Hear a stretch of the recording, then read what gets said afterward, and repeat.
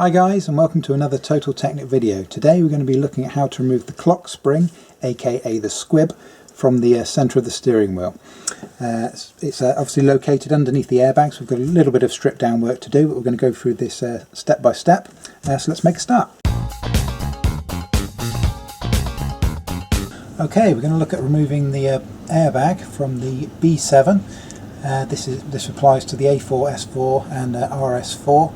Avant Saloon and Cabriolet, all the same. The only thing to note with this, this is the newer one, the 3-spoke steering wheel, the B7. The B7 airbag is a dual stage as opposed to the B6, the older model, which has a single stage airbag. So make sure you're familiar with the differences between the B6 and the B7. But if yours is a B7, which is basically 2005 through 2007, your steering wheel should look similar to this, and your airbag should be this shape, and this is the dual stage airbag. You can leave the positive connected, so you shouldn't lose any of your stereo settings or anything like that. Okay, so first thing to do, obviously remove the battery cover, as most of them are. Unfortunately this one is broken, but usually just follow the arrows, slide it to the side and lift it off. And all we need to do with a size 10 ratchet spanner, to just disconnect the negative, like so, and just tuck that out of the way. Okay, just having a quick look from this angle. There's 2 screws that hold the airbag into the wheel, and if you look on the side here, this little semicircle shape just there, those are actually the screw cap covers. So what I'm going to do is I'm going to manoeuvre the steering wheel into a position where I can get a bit more angle onto it. I need to remove these covers, and then below these are 2 Torx 30 screws. The first thing is to get these covers off. Okay, so what we're going to do is we're going to turn this through 90 degrees just to give us a little bit of access to removing the screws. So we put the key in, turn it 2 positions just to make sure that the steering lock doesn't come on. And just turn it through 90 degrees like so. Okay, so now we've turned the wheel through 90 degrees. Going to get this cap off. Very, very carefully with the hook tool. You press it in very gently, like so. And just push the whole thing sideways. Pops out very, very easily. And remove the cap. Okay, so next we've got to remove the Torx size 30 screw that's in here. It's actually seated at a 45-degree angle. So when you put your tool in to access this, it doesn't go straight in like you might think. It's actually a 45-degree angle. Because space is limited, I find the best thing to do is to put in a Torx 30 bit, like so, and get a size 10 ratchet spanner, and just loosen it off in this manner. Now that screw doesn't actually come out, it stays in the steering wheel. So what you want to do is just keep undoing it, and you want to undo it far more than it actually needs. It's probably already undone, I can hear it clicking. But you can't undo it too much because, like I say, it will stay in situ. So just give it a load of twists until you're happy that it's probably disconnected, like so. Okay, so we've removed the screw on the one side. That's now all we need to do. Let's just turn the wheel through 180 degrees, like so.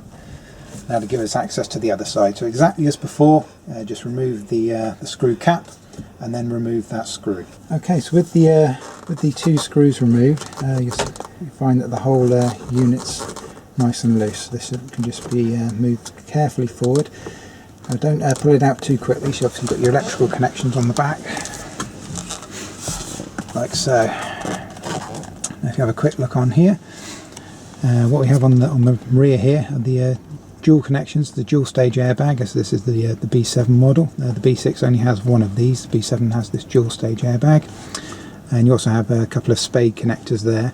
You've got 2 options. You can either remove these 2 just by simply inserting a little screwdriver under the lip, popping that centre yellow section up, and then pulling the whole clip out, and then disconnecting the 2 spade connectors.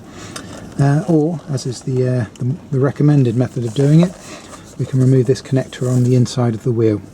Now if you have a quick look at this, obviously you've got the airbag going into one side.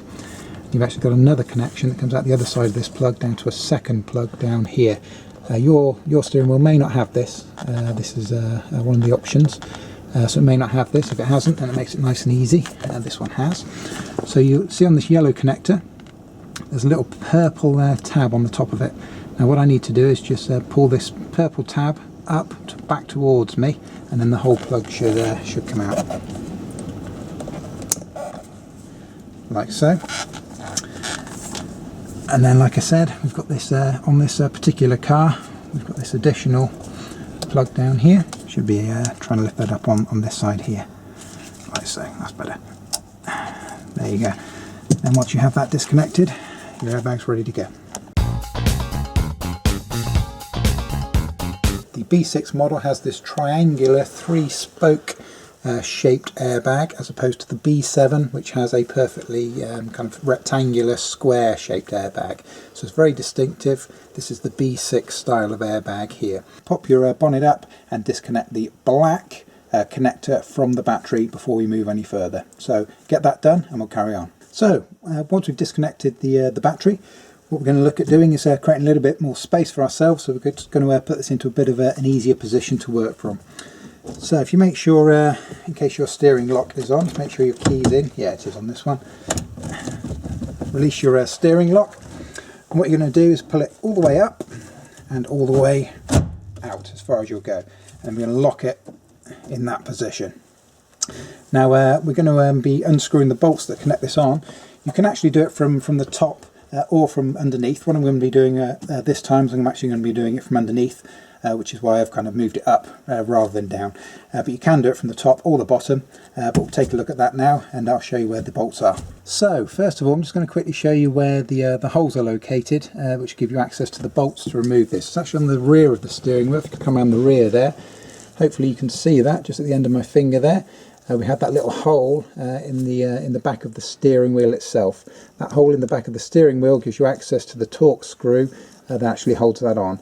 So you see we've got one here, and we've got an identical one on the direct opposite side of the steering wheel as well. So that's what we're going to be working on. So to allow us to do that, what I'm going to do is I'm going to turn the steering wheel through 90 degrees, like so. And that will give me access, as I'm going to be working from below on this, that will give me access to this this bolt hole here. So we'll grab the Torx bit and we'll get this removed. Now I find the easiest way is to actually use a Torx bit. This is a Torx size 30 and a size 10 ratchet spanner in this manner. You can do it with a small wrench and socket if you prefer. I find this to be the easiest way. Now, like I said, this is a Torx size 30. When you insert it into the hole, just here, note that it doesn't go in straight as you'd think it is. It's kind of on almost a 45-degree angle. So sometimes it can take a little. That's gone straight in. Hopefully you can see the angle on that isn't straight. It's at 45 degrees. You can slacken this off, and it doesn't actually need much to crack it off. And note that the bolt doesn't actually leave the steering wheel. So after we've removed the airbag, this will actually stay in situ. The easy way to tell if you've undone it enough is as you turn it, you should hear it clicking each rotation as it gets to the end of the thread. So that's fine. So what we'll do now is we'll rotate the steering wheel 180 degrees, and that will give us access to the hole on the opposite side. I'm going to do exactly the same on that side. So let's get that done and then we can look at removing this from the car. So we've now removed the two Torx screws that are in the rear of the steering wheel here that hold this airbag into place, and those are the only two things that actually hold this airbag into situ. I'll turn this back to the centre, be a little bit more easy for you to see. But if you give it a wobble, you can see that the whole thing is ready to jump out now. There are electrical connections on the back of here, so don't just think you can just take this straight off. You have to lift it up carefully to gain access to the wires that are behind that. Okay, so when you do pull this forward, do be careful, because you do have the wires that are already there that need to be disconnected. Okay, so if I lift this forward and up carefully so you can see, that'll show you the electrical connections that are within this airbag here. As you can see, you've got two plugs. You've got a yellow plug here that connects through into the squib or the clock spring. Now if you want to disconnect that, you've also got several of these kind of spade connectors as well that also need to be disconnected. You may have additional kind of connectors as well, all come through this depending on what optional extras you've got fitted to your car. but that's one option. The yellow plug's very easy to get out, but the spade connectors can be a little bit of a pain. The other option, which is what we're going to look at, is to attack this this purple plug with this yellow insert here, because once you've disconnected that, it's only the one plug. You haven't got to worry about any of the spade connectors or anything of that nature. So we'll take a look at this now. So to disconnect this, you need a small flathead screwdriver. Just press that into the end. There it comes. Almost out.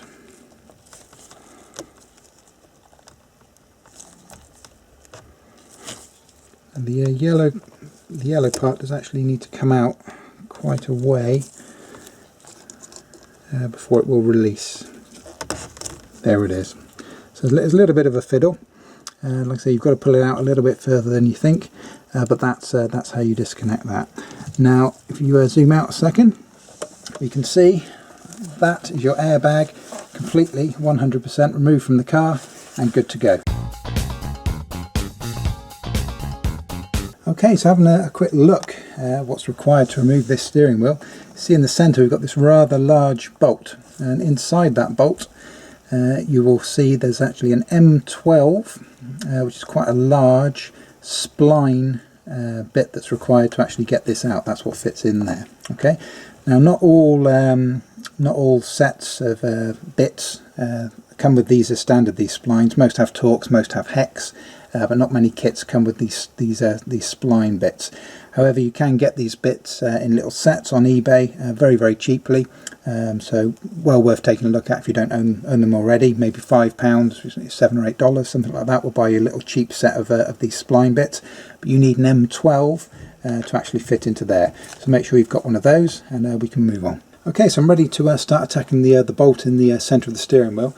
I've got my M12 spline bit on here. And what I've done, I've actually ensured that I've got an extension bar that's long enough so that the actual handle of the wrench doesn't touch the steering wheel. It's not going to scuff the steering wheel as we try and undo it in this manner. If you use one that's too short, obviously you can rub on the leathery steering wheel, might end up causing your steering wheel damage. So make sure that this is long enough. And the only other thing that we need to do, as we're going to be putting pressure into the centre of the wheel, is to ensure that your steering wheel lock is on by removing the key. Okay, once you've done that, the steering wheel itself can't move away, and so we can actually put a bit of force onto this without the whole wheel turning at the same time. So let's get that removed. Okay, and one thing to note when you're removing this is they can be on fairly tight, so you may need a fairly long wrench to get this out. The reason that they're quite tight and they remain quite tight is usually from the factory they actually put like a nut lock onto the thread of the bolt, as you'll see hopefully, unless this one proves me wrong, when this comes out in just a few seconds. Now obviously when you come to reinstall this, it's a good idea if you've got it available to put some nut lock back on it. However, don't put too much on. It's surprising how little you need. Okay, now very important, once you've removed this bolt, do not go ahead and pull the steering wheel off. There's a couple of very important things that I'll cover in a second before you remove that. Okay, but let's get rid of that bolt. As you can see, hopefully on the bolt there, you can see a ring of blue. That's the nut lock that's factory fitted, as I mentioned before. What the nut lock does, essentially, it stops the fixing from ever kind of rattling free. It helps secure it. It's almost like a very light glue, if you like, that glues it in place. But it's not too strong, so when you put pressure on it, you can easily break that seal again. So that's the bolt removed. Like I said, do not at this stage actually remove the steering wheel. There's a couple of very important things we need to do beforehand. So let's take a look at those. Now, one thing to bear in mind before you actually remove the steering wheel itself, which I'm going to show you in just a second, okay, is the clock spring, or the squib here that sits underneath your steering wheel. Now on some models of cars, thankfully generally not Audis, but on some models of cars, when you remove the steering wheel, the clock spring is free to move and the whole thing will spring round, and it will go out of sync, and then you've got to try and manually wind it again. Now you don't have to worry about that, so don't panic on anything to do with the clock spring, because thankfully on the Audi they've actually got I can show you just here. I'm going to hold the clock spring in situ, so the clock spring can't move out of the position it is at the moment. You've actually got this little spring lock here. Now that allows you to move it fully. But we're not going to do that. So basically, as soon as you pull the steering wheel off, which you're going to do in just a second, it will lock that because this will spring out, and so you do not have to worry about your clock spring going out of alignment, which is very, very handy. Nice little design from Audi. Wish all manufacturers did this. Unfortunately, not all of them do. So that's a nice little thing. But don't panic on the clock spring. That won't affect the removal of the steering wheel. Now, the second thing you need to do before you actually remove this wheel from the column, very, very important, is as you can, well, hopefully you can see this on the video, the teeth that are around this this kind of circle that are actually on the column here, very, very fine. So it's very easy if you just get it kind of 1 or 2 teeth off, your steering wheel will be off center. Okay, so what you want to do is you want to mark this before you remove it, so when you come to put the wheel back on, you can make sure that you get it exactly straight, because you know you've got such small tolerance between the notches in this that it's very, very easy to get it wrong. Now, if you look very, very clearly in the center on your steering wheel, you actually see there's a little indentation. Hopefully you can see that at the end of the screwdriver there, just there. Okay, that's a factory mark. Okay, so your steering wheel will have that. Now that is the dead center of the steering wheel itself. Okay, so what we need to do is we're going to put a little mark onto the end of the column here, just on here, that will allow us to realign these when you come to put the steering wheel back on. Very, very important that you do this before you remove the steering wheel. What you want to do, sure that's clean, you want to get a very, very fine, if you can, fine tip permanent marker. I'm just going to lean in. I just want to make sure I get this 100% in line. So I do apologise if I block your view for a second. Like so what I've done there is I've put a small line that's directly in line with the mark that illustrates the dead centre of the steering wheel. So now I can safely remove this. So all you do is you pull it forward, and that is your steering wheel completely removed from the car. And like I say, the importance of that mark is when you come to fit this back up, that will allow you to ensure that you get it exactly as it was before you removed it. So it's really, really important that you put that little mark on it. As soon as you've done that, you've removed this plug, just remove the whole thing gently from the car, and that is your steering wheel removed. Okay, so the first thing you need to do is just remove your dash end panel here. That'll give you access to the bolts on the side here. These are very, very easy to remove. There's a little notch cut into the bottom. Just come up under the notch with a screwdriver or a trim tool, pop it off, and the whole thing will come off like so. Once that's done, it's going to give you access to the first of the bolts that we need to remove. This one right here. All of the fixings on this are size 8, so just undo that with your size 8 socket, like so, and move on to the next. Okay, the next fixing we need to remove is actually down underneath, just in here at the end of my finger. Comes up at a 45-degree angle. I don't know whether you can see that in there, but just in there, that's the next fixing to come out. Okay, so we've just removed the 45-degree angle bolt here that's holding it in. Now we've got one that's exactly the same, but on the opposite side. Just under there. Yeah, so again 45 degrees on the opposite side, right next to the center console. That's the next one to be removed there. Okay guys, so we've removed the screw from the side and the 2 screws from the bottom on this panel, so it's now ready to come out. There isn't an upper screw on the console side, there's only an upper screw on the outside. One important thing to note is when you pull this off, there is actually one electrical connection connected to the back of it, and that's for the OBD, which is your diagnostic socket, which is the diagnostic socket located at the back here, which I'll show you when I drop this down. So when you drop it down, try and drop it down quite gently. You don't want to be, you know, ripping the wires or the attachments on the back of that plug. So what we're going to do, let's give it a bit of a wobble. You see it unpops here on this side. It's going to do exactly the same on the other side as well.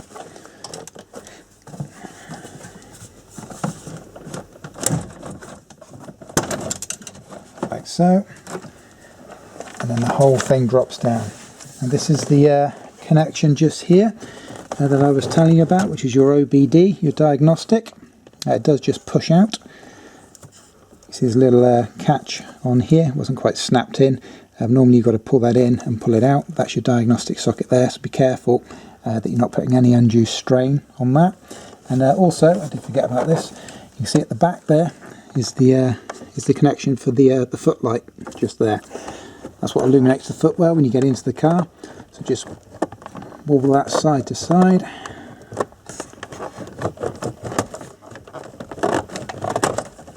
And pop that off like so.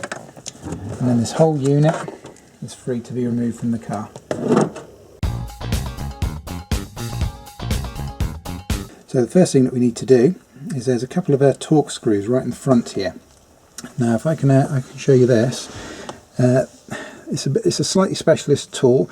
This is a Torx size 8, which is a particularly small Torx screwdriver, and you need to ensure, I had to buy this specifically to do this job, and this is literally the only job that I do generally on these Audis that actually uses this Torx size 8 screwdriver.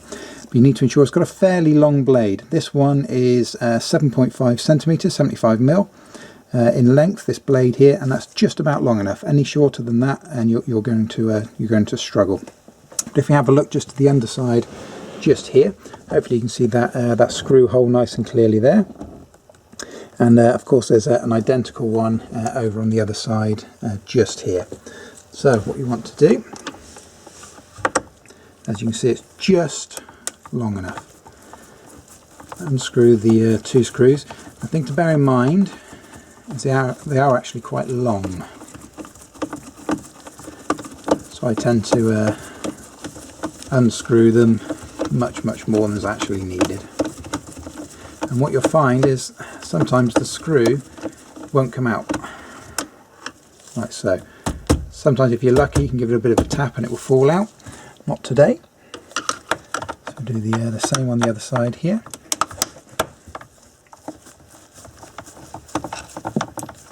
You can just see there, hopefully you caught that, the first screw that I did has actually fallen out now.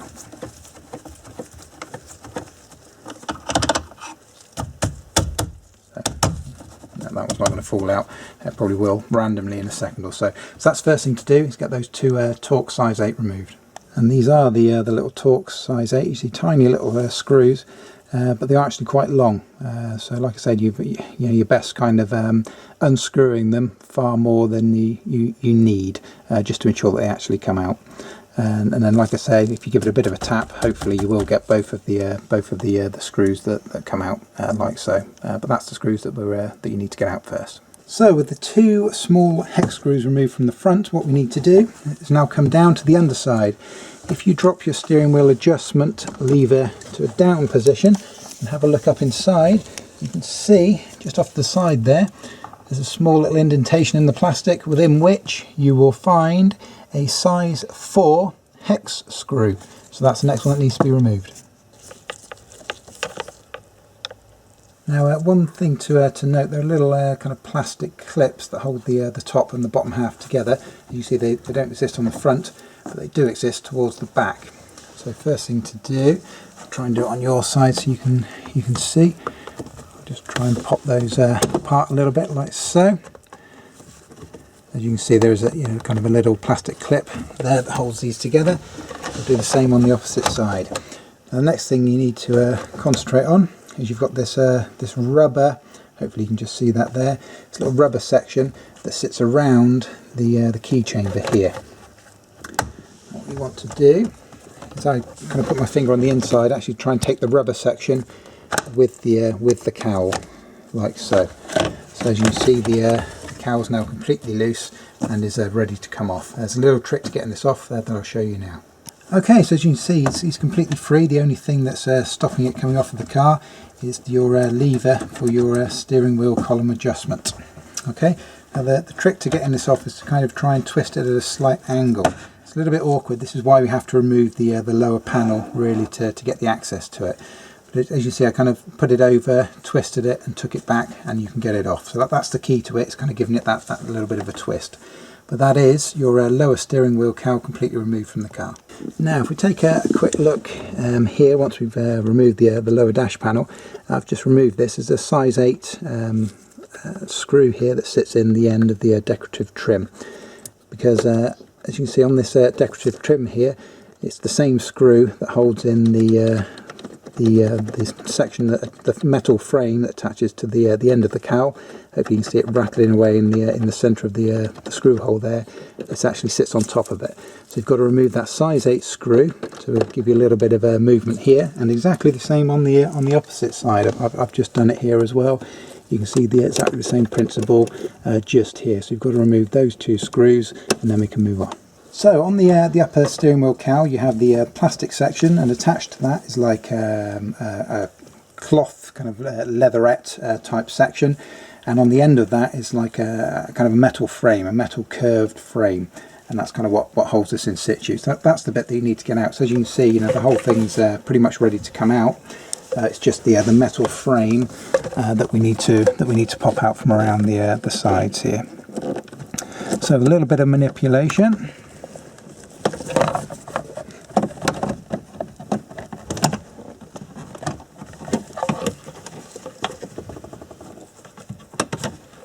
Patient and take your time with this, and it will come. You just kind of got to know where to press it. You'll feel it if you do it stage by stage. So we'll take a quick look at that, what we just did there. As you can see, there's actually plastic on this one. On some of this frame's metal, it makes no difference. But you can see your plastic sections attached to this kind of leather effect section, which attaches onto this frame. So that's the frame that we need to remove, and that's why we needed to remove those 2 screws from the end of the decorative trims, because like I said before, the end of the decorative trim sits on top of that, and then the whole bolt goes through the centre of everything. Okay, so with those screws in, you'll never get this removed. So that's it. That is your upper steering wheel cowl removed. Okay, so focusing on the clock spring itself, there's not a lot that actually holds this on. As you'll see, it's held on with only a couple of little clips. This whole thing is going to come off forward towards us. There's a little electrical connection on the rear there. It's quite difficult to access with the, probably see it towards the back there. It's quite difficult to access whilst it's in situ as it is.